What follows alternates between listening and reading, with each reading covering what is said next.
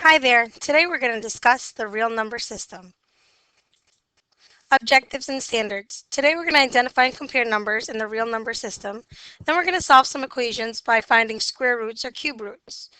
These are our standards for today. We're going to know that numbers are not rational, are called irrational. And then we're going to use approximations of irrational numbers to compare the size of irrational numbers, locate them on the number line, and estimate the value. Vocabulary you're going to need to know for today is irrational number and real numbers. Identify and compare real numbers. Recall that rational numbers are numbers that can be written as fractions. Examples of rational numbers are given below. So 1 and 2/5 can be written as a fraction of 7 over 5. -4 can be written as a fraction as -4 over 1.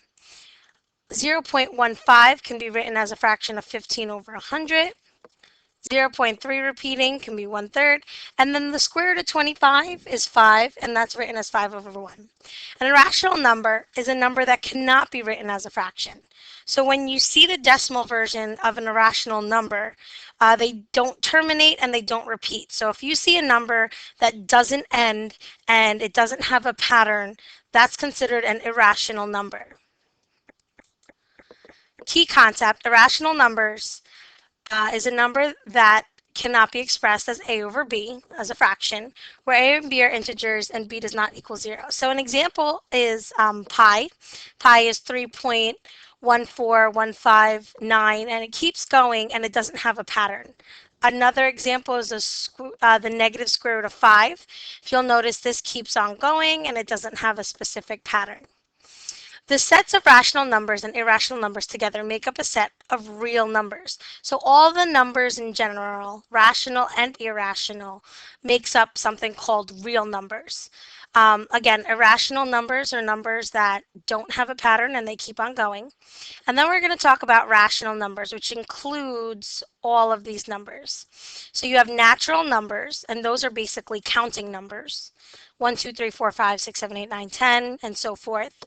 Whole numbers, if you'll notice, natural numbers is in the set of whole numbers. Whole numbers is just basically all the natural numbers plus 0. And then we have integers, and integers are basically just whole numbers and their opposites. So you have like 5, 12, and then their opposites like -5 and -12. And then you have rational numbers, which again are numbers that can be written as fractions, and they're positive and negative fractions and decimals.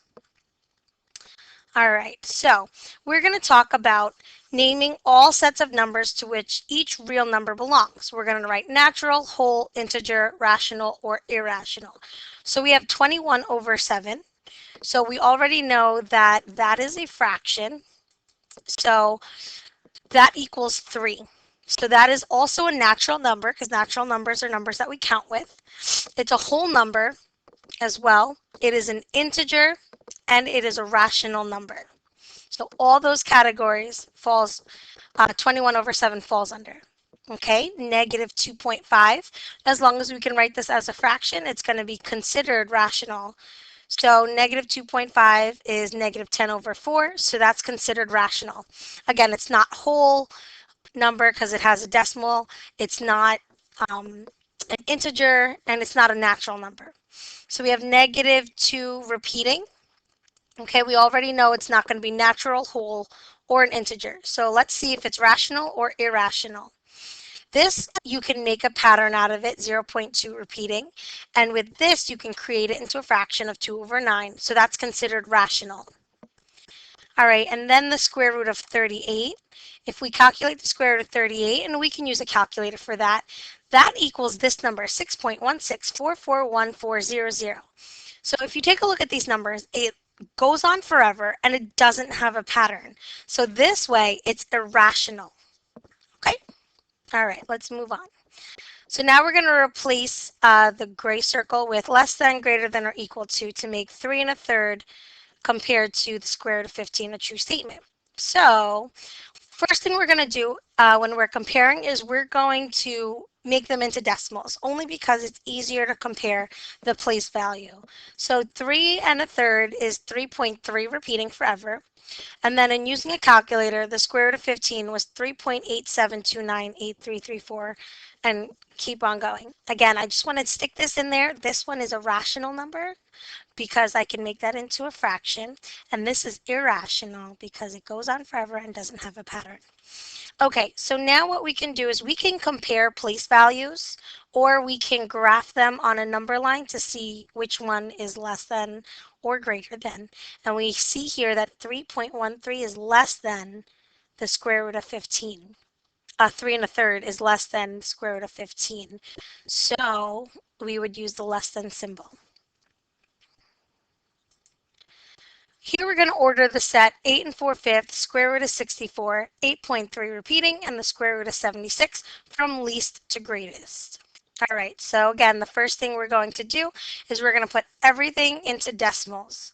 So 8.45, 8.8, square root of 64, meaning what number multiplied by itself is 64? That's 8. 8.3 repeating, I just expanded. And then the square root of 76, I used a calculator, 8.7177978. Okay, and just to stick this in there, these three numbers are rational, and this is the only irrational number because it goes on forever and doesn't have a pattern. So now we're going to graph these points. And the fun part about when you graph them on a number line is you can just read them from left to right, or you can just compare all of the decimal values here. So this is the least one, followed by 8.3 repeating, then square root of 76, and then 8.8 or 8 and 4/5. So this is the order from least to greatest. Today we identified and compared numbers in the real number system. I hope that video was helpful. Thank you. Bye.